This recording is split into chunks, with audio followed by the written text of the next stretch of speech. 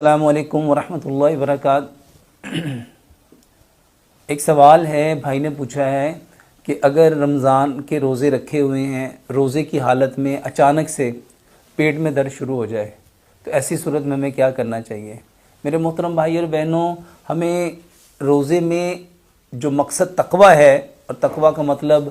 رکنا بھی ہے، بچنا بھی ہے، صبر کرنا بھی ہے، تو ہمیں سب سے پہلے اس پہ صبر کرنا چاہیے۔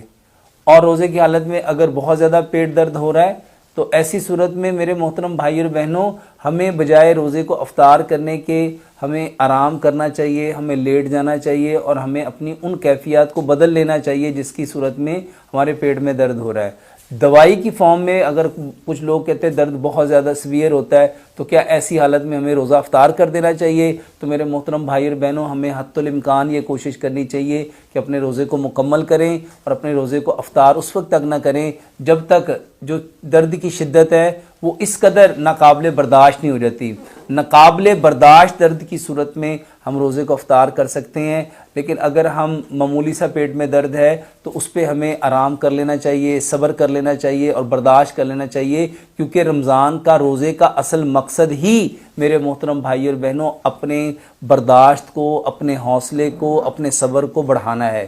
تو اگر ہم